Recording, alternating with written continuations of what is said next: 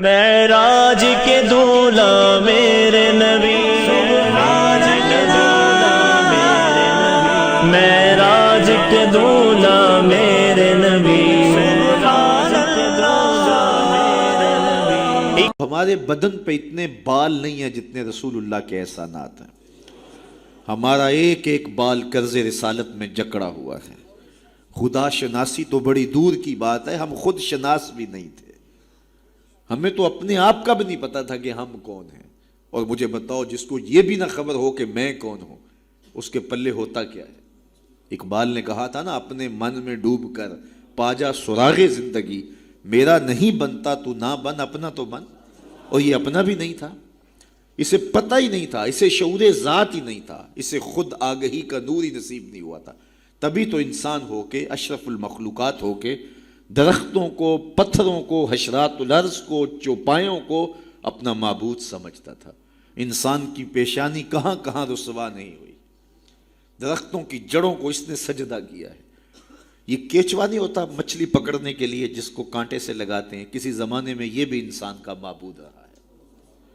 پتھروں کو اس نے معبود سمجھا، بہائم کو، چوپایوں کو، لٹکتے پھلوں کو، برستی بارش کے قطروں کو معبود سمجھتا رہا، بادل کو معبود سمجھتا رہا، تنکوں کو، حشرات الارض کو، بہتے پانیوں کو، جلتی آگ کو اور چلتی ہواؤں کو اپنا معبود سمجھتا رہا۔ اسے یہی نہیں پتا کہ میں ہوں کون۔ اے تماشا گاہ عالم روئے تو کجا بہرے تماشا می روی، دنیا تجھے ڈھونڈنے نکلی ہے، تو کس کی تلاش میں ہے؟ یہ اشرف المخلوقات ہو کے، مقصود کائنات ہو کے، یہ اس کائنات کا دل اور کلیجہ ہو کے، حشرات الارض کو، سانپوں کو، بچھیوں کو اپنا معبود سمجھ رہا ہے۔ یہ تو میرے حضور نے بتایا، یہ تیرے معبود نہیں ہیں، تیری دہلیز کے نوکر ہیں۔ ان درختوں کو پوچھتا ہے، یہ تو تجھے چھاؤں فراہم کرنے کے لیے، آکسیجن دینے کے لیے، تیرے ایندھن کے کام آنے کے لیے، تیرے ذوق نظر کی تسکین کے لیے، تجھے پھل فراہم کرنے کے لیے پیدا کیے گئے ہیں۔ ان جانوروں کو پوچھتا ہے، یہ تو تیری سواری کے لیے، بار برداری کے لیے، تجھے دودھ اور گوشت کی ضروریات فراہم کرنے کے لیے پیدا کیے گئے ہیں۔ یہ چاند، سورج، ستارے، اجرام فلکیہ، یہ تیرے معبود کیسے ہو سکتے ہیں؟ یہ تو تیری راہوں میں روشنی اجالنے کے لیے پیدا کیے گئے۔ نہیں تو دیکھ، یہ انگلی اٹھتی ہے اور چاند ٹکڑے ہو کے قدموں میں آتا ہے، سورج پلٹ کے اثر کے وقت پہ آتا ہے، اور سڑیاں کھجوراں اگا جان دائے، اور پتھراں نو کل میں پڑا جان دا، قطرے کو سمندر، ذرے کو ستارہ کرتے ہیں، کونین کو خم آ جاتا ہے جب زلف سوارا کرتے ہیں۔ اب انسان کی آنکھ کھلی کہ میں کون ہوں، کہ یہ پوری کائنات۔ درختوں کو پوچھتا ہے، جا میں نہیں، تو ہی کہہ دے تمہیں اللہ کا رسول بلا رہا ہے۔ اللہ اکبر! درخت شاخوں کے بل اپنے آپ کو گھسیٹتے ہوئے سلامی دینے حاضر ہو جاتے۔ حضرت یعلا بن مرہ کہتے ہیں کہ ایک سفر سے واپسی تھی، راستے میں قیام ہوا تو حضور استراحت فرمانے لگے، تو میں حضور کے پہرے کے لیے کھڑا ہو گیا۔ دور صحرا میں ایک درخت تھا، وہ ہلنے لگا، پھر جڑوں سمیت اکھڑا اور شاخوں کے بل اپنے آپ کو گھسیٹتا ہوا میرے برابر آ کے کھڑا نہیں ہو جاتا۔ میرے لیے بڑی حیرت کی بات تھی، لیکن کوئی تھا نہیں کہ اس سے بات کروں۔ خیر تھوڑی دیر کے بعد وہ اپنی جگہ سے چلا اور جہاں سے اکھڑا تھا وہیں جا کے نصب ہو گیا۔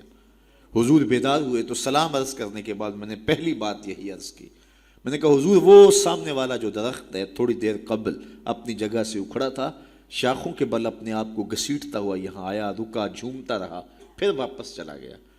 حضور نے حیرت کا اظہار نہیں کیا، میں تو سویا تھا، تفصیل سناؤ، کوئی آندھی آئی، کوئی جھکڑ آیا، کوئی طوفان آیا، کیسے اکھڑا؟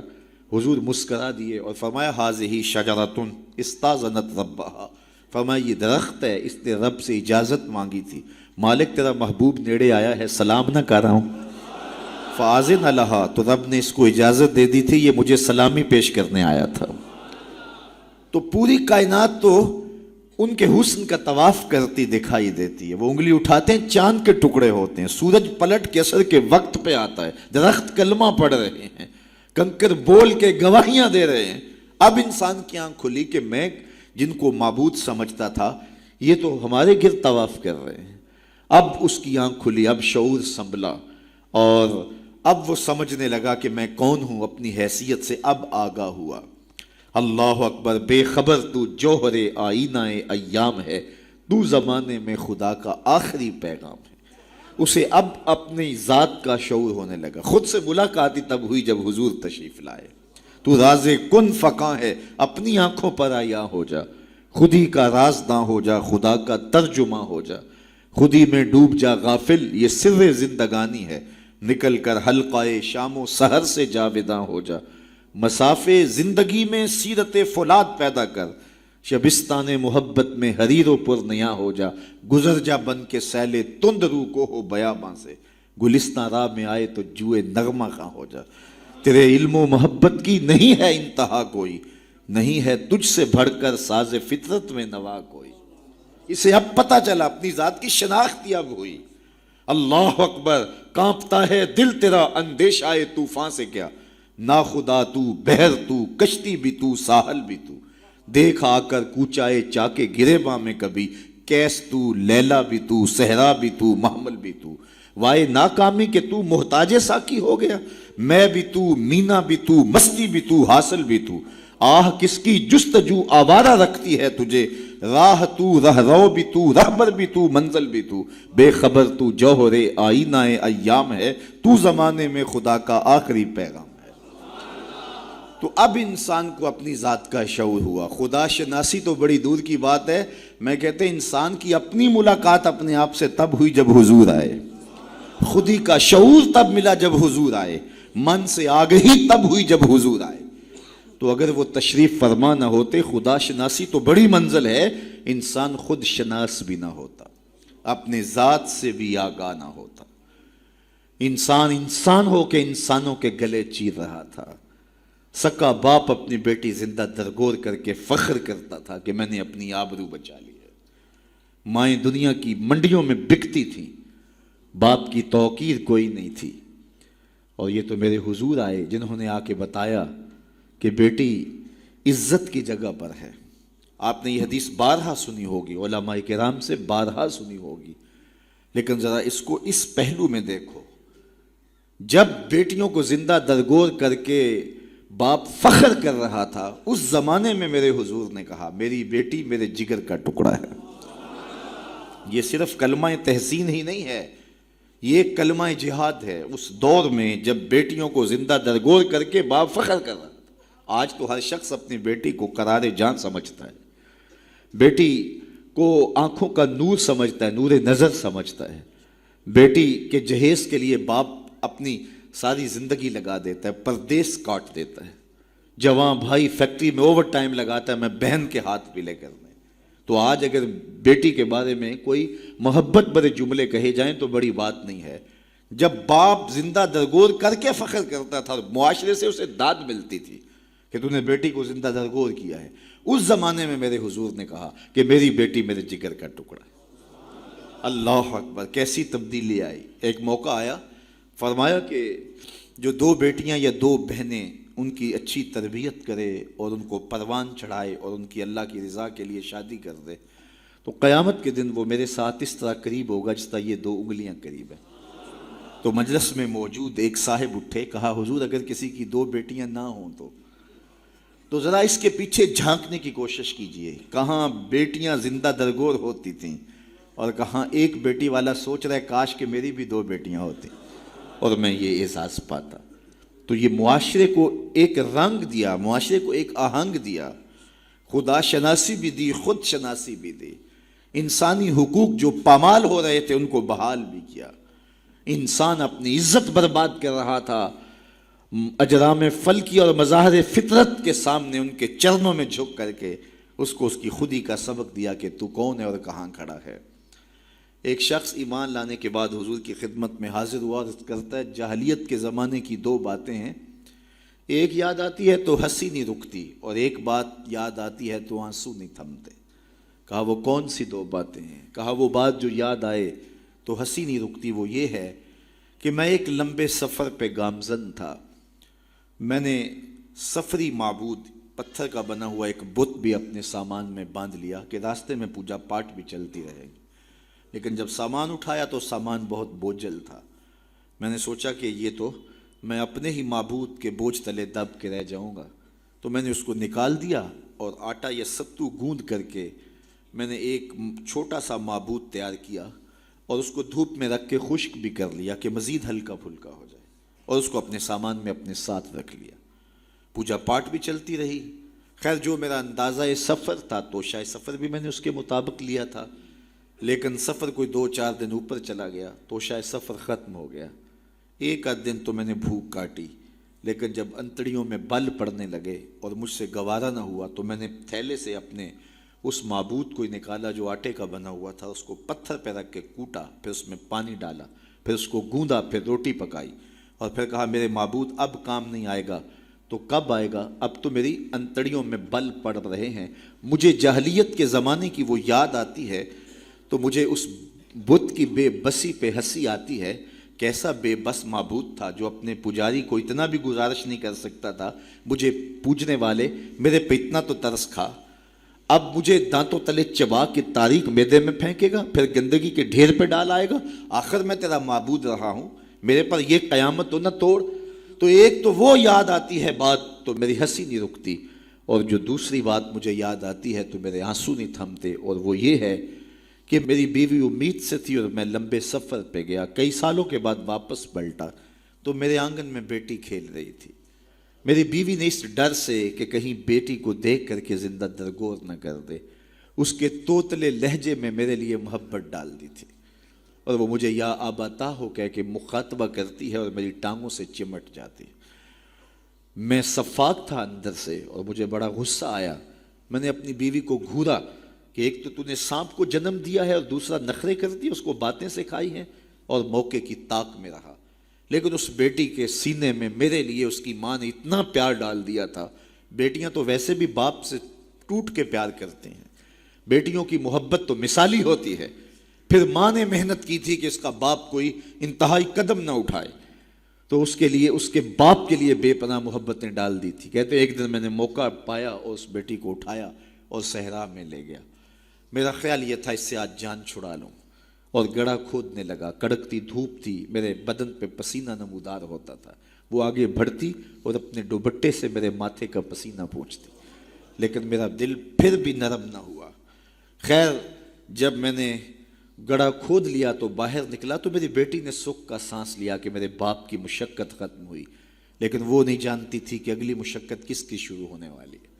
میں باہر نکلا، اس کو زور سے اس گڑھے میں دھکا دے کے اوپر سے مٹی انڈھیلنے لگا۔ وہ ننھے ننھے ہاتھ جوڑتی رہی، چیختی رہی اور مجھ سے گزارشیں کرتی رہی کہ یہ کیا کر رہے ہو، لیکن میں اوپر مٹی انڈھیلتا رہا اور اس کی چیخیں اس ریت تلے دب گئیں۔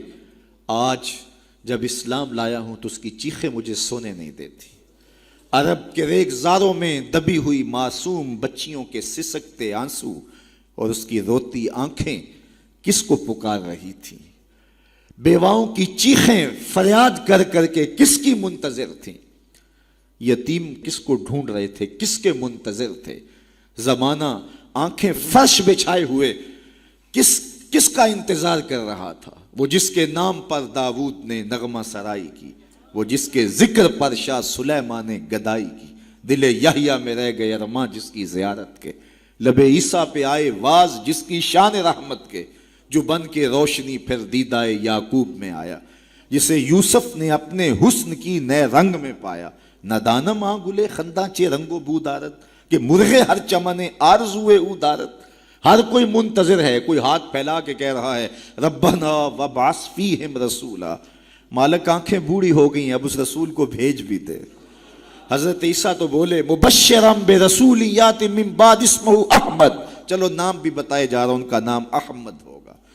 زمانہ منتظر تھا، پوری دھرتی انتظار کر رہی تھی۔ بیواؤں کی چیخیں اور یتیموں کی آہیں اور معصوم بچیوں کے دبے ہوئے آنسو جب ریت سے پکار کرتے ہوئے عرش الہی کو جنبش دینے لگے تو اللہ کو دکھی انسانیت پہ رحم آیا۔ آمنہ کی آغوش میں محمد عربی تشریف لے آئے۔ ناگہاں ساکن ہواؤں پر روانی آ گئی اور چمن کے پتے پتے پر جوانی آ گئی۔ آج زانوئے ازل نے صبح پہ انگڑائی لی اور مسکرا کر ایک کرن نے ہاتھ میں شہنائی لی۔ مخزن اسرار قدرت کے امی پیدا ہوئے، غل ہوا دنیا میں ختم المرسلین پیدا ہوئے۔ ایک بہار پھیلی نا، ربیع ویسے بھی عربی میں بہار کو کہتے ہیں، ربیع الاول آغاز بہار، کہا محبوب تو محبوب ہے اور محبوبوں کو بہاریں ہی سجتی ہیں، جب گلیاں چٹکنے لگیں گی، غنچے مہکنے لگے گی، جب کائنات بہار بن جائے گی، جانے بہار بن کے تشریف لے آنا۔ تو ان کی جلوہ گری، ان کی تشریف آوری انسانیت پر اللہ کا بہت بڑا احسان، اسی لیے اس کو جتلایا اور کہا لقد من اللہ علی المؤمنین اذ بعث فیہم رسولا۔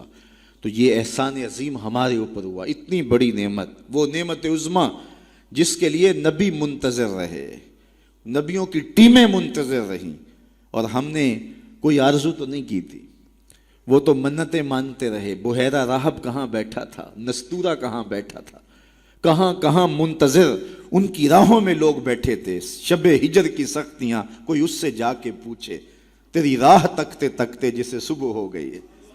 زمانے منتظر رہے، صدیاں منتظر رہیں، لوگ راہوں میں بیٹھے رہے، ہم نے کوئی انتظار نہیں کیا۔ آنکھ کھلی، ہمارے والد صاحب مؤذن کو مسجد سے بلا لائے، انہوں نے کان میں آ کے کہا مبارک ہو، تو حضور کا غلام بن کے آ رہا ہے۔ شاہوں سے ملا ہے نہ تونگر سے ملا ہے، اللہ کا عرفان اسی در سے ملا ہے۔ اوروں کو ملا ہے تو مقدر سے ملا ہے، مجھ کو تو مقدر بھی تیرے در سے ملا ہے۔ تو یہ ہماری خوش بختی، ہماری فیروز بختی کہ ہمیں وہ محبوب نصیب ہوئے جس کے لیے زمانے تڑپتے رہے، ترستے رہے، منتظر رہے، آنکھیں بچھی رہیں، تمنائیں بیتاب رہیں، آرزویں مچلتی رہیں، لیکن وہ جانے بہار بن کے تشریف لے آئے۔ اب جب حضور تشریف لائے ہیں، پھر صحابہ نے تو حد کر دی نا، اپنا سب کچھ ان کے نام پہ لٹا دیا، کہا آپ کے دین کا جھنڈا لے کے اٹھیں گے اور دنیا کے آخری کنارے تک پہنچیں گے۔ پھر تابعین نے وہ جھنڈا تھاما، تبع تابعین نے وہ جھنڈا تھاما۔ اس شخص کی کہانی ہم نہیں بھول سکتے جو گھوڑے پہ بیٹھ کے اللہ کے نام کی دعوت دیتے ہوئے آگے بڑھا، آگے دلدل آ گئی، زمین ختم ہو گئی، تو گھوڑے کی باگیں کھینچ لیتا ہے اور کہتا ہے مالک میرے جذبے تو جوان تھے، تیری زمین ہی ختم ہو گئی۔ اس پہ اقبال نے کہا تھا دی اذانیں کبھی یورپ کے کلیساؤں میں، کبھی افریقہ کے تپتے صحراؤں میں، دشت و دشت دریا بھی نہ چھوڑے ہم نے، بحر ظلمات میں دوڑا دیے گھوڑے ہم نے۔ تو وہ ہمارے اسلاف تھے۔ آج میں اور آپ حضور کے میلاد میں آئے ہیں، ہم ایک لمحے کے لیے اپنے باطن میں اتریں، اپنے اندر اتریں اور سوچیں کیا ایک محفل سے حضور کی محبت کا حق ادا ہو جاتا ہے؟ کہ ایسے ہاتھ لہرانے سے حضور کا محبت کا حق ادا ہو جاتا ہے؟ کڑک دار نعرہ لگانے سے حضور کی محبت کا حق ادا ہو جاتا ہے؟ کیا لوگوں کو بلائیں، دعوت دیں، کھانے کھلائیں، بریانیاں کھلائیں تو کیا حضور کی محبت کا حق ادا ہو جاتا ہے؟ آئیے اگر حضور سے محبت کرتے ہیں تو سر سے لے کر پاؤں تک حضور کی غلامی کے رنگ میں رنگے جائیں۔ ہمارے استاد فرمایا کرتے تھے یہ نہ ہو کہ لوگ تمہیں پوچھیں تمہیں کون ہوتے ہو اور تمہیں بتانا پڑے کہ ہم مسلمان ہوتے ہیں، یہ دیکھو مذہب کے خانے میں اسلام لکھا ہے۔ فرماتے تھے صاحب کسی کو پوچھنا نہ پڑے، تجھے بتانا بھی نہ پڑے، تیری وضاقتہ، طرز زندگی، انداز معاشرت ایسا ہونا چاہیے تو دور سے آ رہا ہو، لوگ پہچان کے کہیں وہ دیکھو آقا کا غلام آ رہا ہے۔ نور آنکھوں میں تو چہروں پہ اجالے ہوں گے، مصطفیٰ والوں کے انداز نرالے، دنیا میں بھی ان کے دم سے مقدر چمکا، محشر میں بھی ان کی رحمت کے حوالے ہوں گے۔ تو یہ میری اور آپ کی فیروز بختی کہ ہمیں وہ رسول اور نبی نصیب ہوئے۔ تو آئیے اپنی زندگی کی ایک ایک سانس حضور کے نام کر دیں، جئیں تو حضور کے لیے، مریں تو حضور کے لیے، اور اپنی زندگی کو حضور کی راہوں میں نچھاور کر دیں، ان کے دین کا جھنڈا لے کر کے اٹھیں اور دین کے پیغام کو دنیا تک کے ایک ایک کونے تک پہنچانے کا عزم کریں۔ اور وہ کیسے ممکن ہوگا کہ ہم اپنے انداز زندگی کو تبدیل کریں۔ جب کوئی شخص صالحیت کا لبادہ پہن لیتا ہے تو پھر وہ زبان سے نہ بھی بولے، وہ سنت و سیرت کا پیکر گلی سے گزر بھی رہا ہو تو وہ بھی تبلیغ کا رنگ ہوتا ہے، وہ بھی ایک انداز ہوتا ہے، دعوتی انداز ہوتا ہے۔ لیکن اگر میں زبان سے دعوت دین کی دیتا رہوں اور میرا رویہ، میرا عمل، میرا کردار، میرا لہجہ، میرے اخلاق اس کی نفی کر رہے ہوں تو میں حرف حرف منافقت کر رہا ہوں۔ اس لیے مجھے اپنے رویے کو، اپنے طرز زندگی کو، اپنے انداز معاشرت کو حضور کی سنت کے سانچے میں ڈھالنا پڑے گا۔ محمد دی زیارت محمد دے رنگ وچ، ٹھگ بازیاں جانے پیارا محمد۔ اقبال نے کہا تھا چوب نام مصطفیٰ خانم درود، از خجالت آب می گردد وجود، عشق می گوید کہ اے محکوم غیر، سینائے تو از بتا مانند دیر، تا نداری از محمد رنگ و بو، بر زبان خود میالہ نام ہو. تو اس کو پنجابی میں جو ہے وہ قلم توڑ دیا. اللہ اکبر. یاری لا توں پاک نبی سنگ، اے پر پوری یاری. ذرا دیکھیے شعر کا حسن دیکھیے، اٹھان دیکھیے. یاری لا توں پاک نبی سنگ، اے پر پوری یاری، پھر درود قبول ہے تیرا لکھ نہ لو ایک واری. تو اپنے آپ کو ان کی محبت کے رنگ میں رنگ لو اور پھر دیکھنا کہ حضور کی محبتیں اور رحمتیں کیسے برستی ہیں. کہ ہر گوشے میں قرآن سنا کر دم لینا، اب رکنا نہیں، اب تھمنا نہیں، فردوس میں جا کر دم لینا،